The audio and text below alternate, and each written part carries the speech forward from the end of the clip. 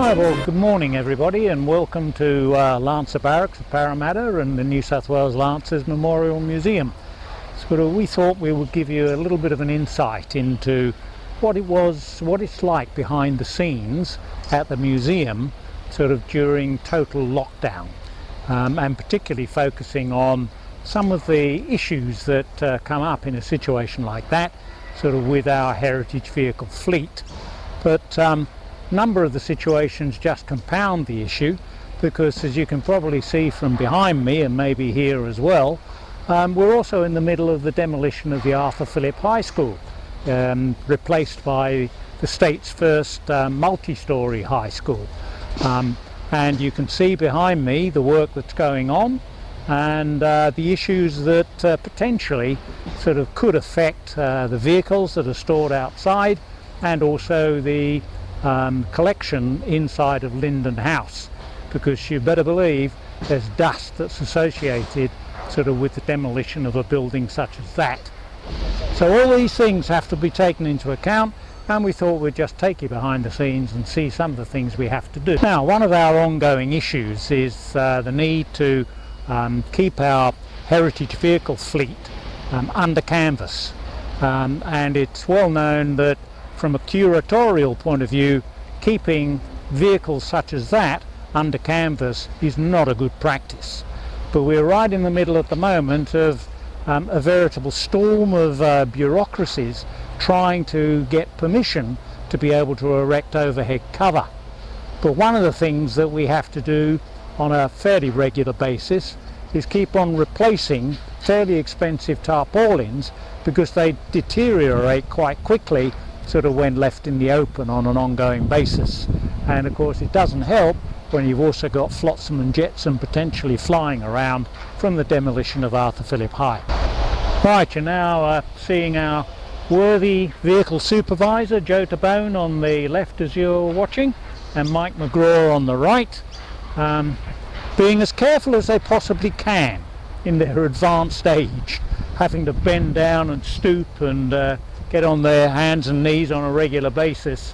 So you can just imagine the potential problems caused to the the paintwork and the surface of the vehicles for ever having to tarp and untarp without overhead cover.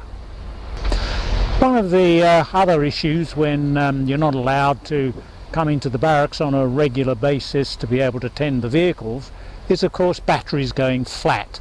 So as often as we possibly can, we need to come in here, run the engines over, check the batteries, and with what Joe and Mike are doing now, find out those that well, the battery's given up the ghost.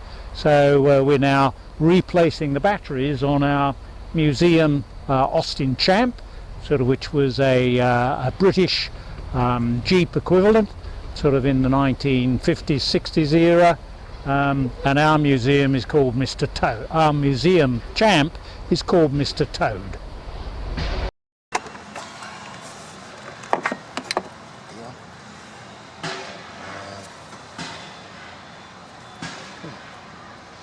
Yeah, this way.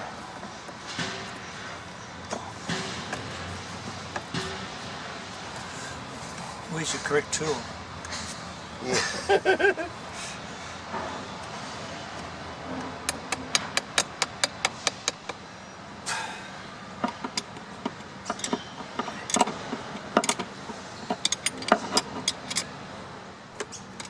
That's better.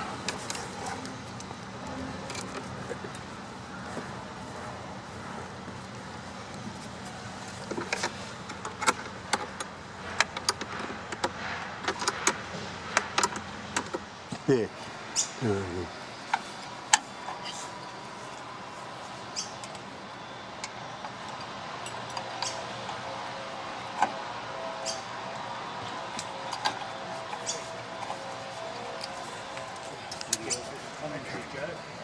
Okay, we're checking the oil level, make sure it's correct.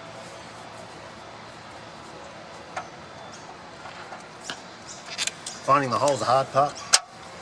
And we've got a lever here on the fuel pump, which you move up and down and give it till there is no more there is a resistance.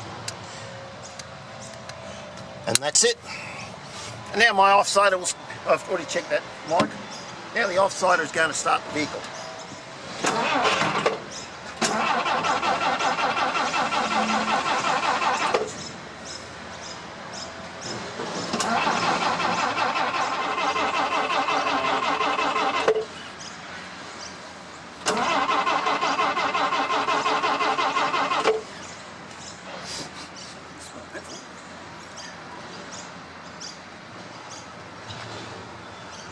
Well folks, you now understand that unlike reality TV programs, sometimes things don't work out quite like you were expecting. Exactly.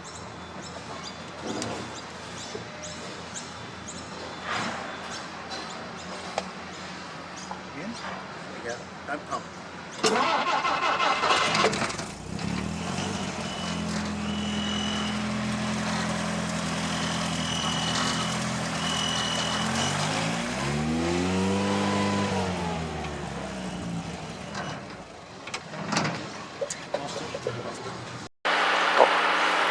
Right, it's not just our museum Austin Champ that has battery problems, it's also our World War II Bren gun carrier. So I'll hand you over to Joe because this one is a little bit different. Right. What we're doing here today with our Bren gun carrier is because of the lockdown and not having everybody in here on weekends to start these vehicles up, the batteries will go down over a period of time. So at the moment we've got a battery charger on and we are charging up the battery. So far it is coming up, but it'll be at least another hour before it's fully charged. Now, it's also the battery in this vehicle is a 6-volt battery, so it takes a little bit longer to charge up. We don't like to charge it up at a high rate because it destroys the battery over a period of time if you're continually charging it at high rates. So we're only charging it up at incrementals at the moment, and hopefully we'll be set.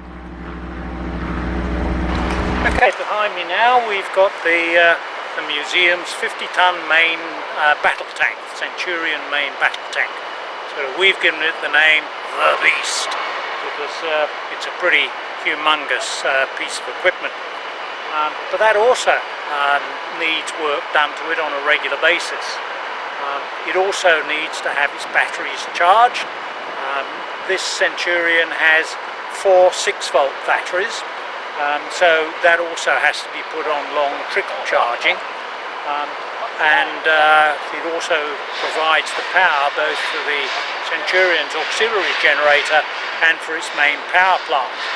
One challenge with a vehicle such as this is that to be able to access the batteries you have to rotate the turret, which is currently gun rear, to gun forward, and lift some of the engine backplates, and that is quite a job to do.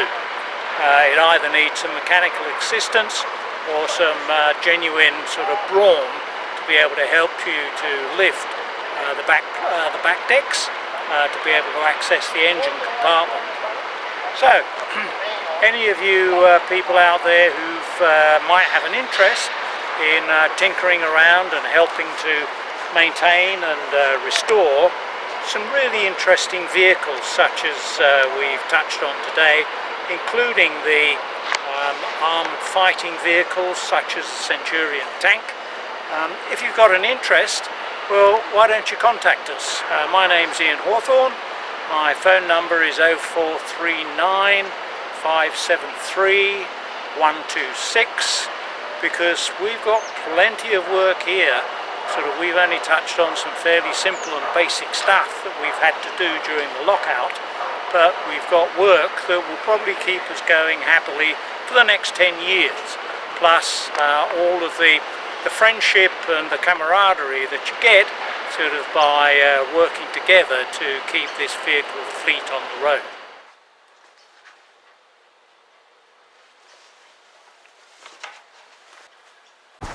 And don't forget, this whole museum experience is here, waiting for you when COVID-19 restrictions are lifted and we can start our museum tours. Thanks for watching.